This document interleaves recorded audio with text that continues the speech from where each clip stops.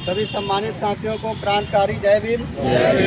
सम्मानित साथियों, मैं विनोद गौतम, जिला अध्यक्ष हरदोई, आज़ाद समाज पार्टी काशीराम, हरदोई, उत्तर प्रदेश। साथियों, आज मैं मौजूद हूँ जनपद हरदोई के जिला अम्बेडकर पार्क में। यहाँ पे हमारी टीम मौजूद है और आज ज्ञापन पत्र सौंपना है माननीय जिलाधिकारी जी के माध्यम से उत्तर प्रदेश मुख्यमंत्री को। जो उत्तर प्रदेश सरकार विद्यालयों, सरकारी स्कूलों के साथ में जो छेड़छाड़ कर रही है, उनको बंद करने की बात कर रही है, इसी के संबंध में हमारे भाई आज़ाद समाज पार्टी के राष्ट्रीय अध्यक्ष नगीना से नगीना सांसद भाई चंद्रशेखर आज़ाद जी के नेतृत्व में उनके दिशा निर्देश पर हमारी आज़ाद समाज पार्टी हरदोई टीम ज्ञापन सौंपेगी। और अगर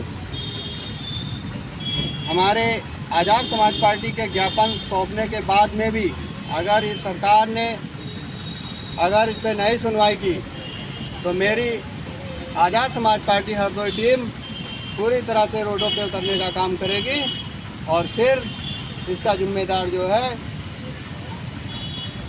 उत्तर प्रदेश शासन प्रशासन होगा। क्योंकि गांव-गांव शिक्षा बहुत ज़रूरी है। अगर स्कूल बंद हो जाएंगे तो हमारे दलित शोषित पीड़ित वंचित समाज के लोग जिनको कुछ व्यवस्थाएं मिल रही हैं वो सब बंद हो जाएंगी। तो मेरी आज़ाद समाज पार्टी टीम और आज़ाद समाज पार्टी के भाई चंद्रशेखर आज़ाद ये बिल्कुल नहीं होने देंगे कि हमारे दलित शोषित वंचित पीड़ित समाज के हक और अधिकार छीने जाएं।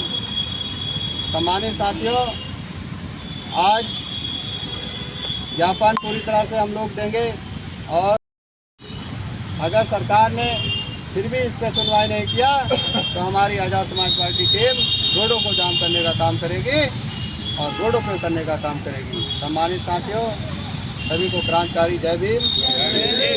सभी सम्मानित साथियों को, मेरे प्यारे भाइयों बहनों को क्रांतिकारी जय भीम, नमो बुद्धाय। मेरा नाम सावित्री है, मैं एक यूट्यूबर हूँ और मैं अपने समाज को जागरूक करने का पूरा प्रयास करती हूँ और आगे भी यही मेरी उम्मीद रहेगी। मैं जब तक जीऊँगी और अपने समाज को जागरूक करने का काम करूँगी। आप लोगों के सामने जो हमारे बड़े भैया विनोद गौतम जी क्या कहा कि शिक्षा बहुत ज़रूरी है। आज के डेट में बिना शिक्षा के हम कोई भी आगे कार्य नहीं कर सकते हैं। तो आप सभी भाइयों और बहनों से ये निवेदन है कि जब तक हम एक नहीं होंगे तब तक हम कुछ नहीं कर पाएंगे और ज़्यादातर करके हम लोग बटे हुए हैं और एक होने का काम करें और जब तक हम एक नहीं होंगे तब तक कुछ नहीं कर पाएंगे। शिक्षा हमारे लिए बहुत ज़रूरी है, शिक्षा के बिना हम कुछ नहीं कर सकते। डॉक्टर बाबा साहब ने कहा था, शिक्षा वह शेरनी का दूध है जो जितना पिएगा उतना ही दहाड़ेगा।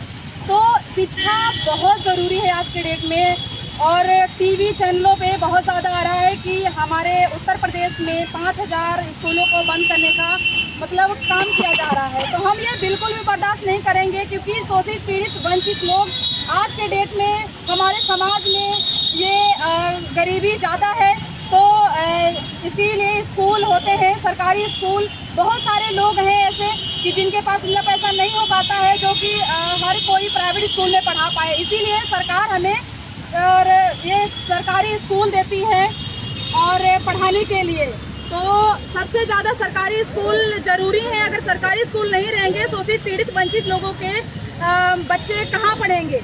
और अभी हमारे बड़े भैया ने कहा ये बिल्कुल भी हरगिज़ नहीं होने देंगे और पूरा प्रयास करेंगे कि ऐसा नहीं होना चाहिए। और हमारे स्कूलों पे छेड़छाड़ हम लोग बिल्कुल भी बर्दाश्त नहीं करेंगे। जय भीम। आज किस चीज़ को संबोधित ज्ञापन दिया है, किसको ज्ञापन दिया है, क्या कहना चाहेंगे, क्या क्या मांगे हैं? मैं विनोद गौतम, जिला अध्यक्ष हरदोई, आज़ाद समाज पार्टी काशीराम। आज मैंने जनपद हरदोई में माननीय एसडीएम साहब को मुख्यमंत्री उत्तर प्रदेश को ज्ञापन सौंपा है। जो स्कूलों को बंद करने की बात की जा रही है, इसके लेकर के जो है ज्ञापन दिया है। आज़ाद समाज पार्टी पूरी तरह से जो है इसके विरोध में खड़ी है और स्कूलों को जो है हरगिज़ बंद नहीं होने देगी। गांव-गांव शिक्षा का अधिकार मिले, ये हमारा मिशन था और इसे जो है हम चलाते रहेंगे, ये मुहिम हम चलाते रहेंगे और जो है इसमें हम उत्तर प्रदेश सरकार को कामयाब नहीं होने देंगे और हम स्कूलों को बंद नहीं होने देंगे। अगर ये योगी सरकार अपना निर्णय वापस नहीं लेती है तो आज़ाद समाज पार्टी पूरी तरह से रोडों को जाम करेगी और रोडों पे उतरने का काम करेगी। इससे अच्छा है कि अपना निर्णय वापस ले लें और जो है हमारे दलित शोषित पीड़ित वंचित समाज पे अत्याचार ना करें, क्योंकि डॉक्टर B.R. अम्बेडकर साहब ने कहा है शिक्षा वो श्रेणी का दूध है जो पिएगा वो दहाड़ेगा। जय आज़ाद समाज पार्टी, जय मूल निवासी। आज हमारे उत्तर प्रदेश क्या पूरे देश में जो मौजूदा सरकारें हैं वो ऐसी कानून व्यवस्था ला रही हैं, ऐसी नीतियाँ ला रही हैं कि जिससे बहुजन समाज के बच्चे पढ़ लिख के आगे कोई विकास ना कर सके। और जिस बच्चे को स्कूल के बाहर बैठाया गया, स्कूल के अंदर कक्षा में बैठने नहीं दिया गया, उस बच्चे ने 4 PhD की डिग्रियां ली। वो हमारे पूज्य बाबा साहब डॉक्टर भीमराव अम्बेडकर जी थे और शिक्षा के बल पर हमारे समाज के बच्चे आज UPSC हो, कोई भी परीक्षा उसमें टॉप करते हैं। तो ये हमारे जो दलित विरोधी जातिवादी मानसिकता रखने वाली जो नीतियाँ या उनके लोग हैं उनको बर्दाश्त नहीं होता, उनके पेट में कुड़कुड़ होती है कि ये बहुजन समाज, पिछड़े समाज, अल्पसंख्यक के बच्चे पढ़ लिख के कैसे IAS IPS बन रहे हैं। तो इसलिए शिक्षा को ही सबसे पहले उन्होंने, जो बाबा साहब ने हमको शिक्षा का अधिकार दिया, वोट का अधिकार दिया, उसको ख़त्म करने के लिए ये मौजूदा सरकारें हमारे हक अधिकारों पर डाका डाल रही हैं और ऐसी नीतियाँ ला रही कि जिससे हमारे समाज के बच्चे पढ़ लिख के आगे ना बढ़ पाएँ। और जब हमारे बच्चे पढ़ेंगे लिखेंगे तभी आगे विकास कर पाएंगे। किसी प्रकार का कोई भी हम लोगों को अधिकार पहले नहीं था। आज की 5,000 10,000 पहले व्यवस्था में अगर चले जाएं सालों की, कोई अधिकार नहीं था, ना संपत्ति का रखने का, ना पढ़ने का अधिकार, ना शिक्षा का अधिकार। ये बाबा साहब के द्वारा हमें मिला है, वोट का अधिकार और शिक्षा का अधिकार। तो शिक्षा को ही सबसे पहले ख़त्म कर रही है सरकार। क्यों? अब ये पहले पिछली बहन जी की सरकार में पता नहीं कितने हज़ारों स्कूल बनाए गए हर गांव-गांव में। कि सरकार का एक ये था उद्देश्य कि छोटे बच्चों को 3 किलोमीटर से ज़्यादा दूर गांव में पढ़ने ना जाना पड़े।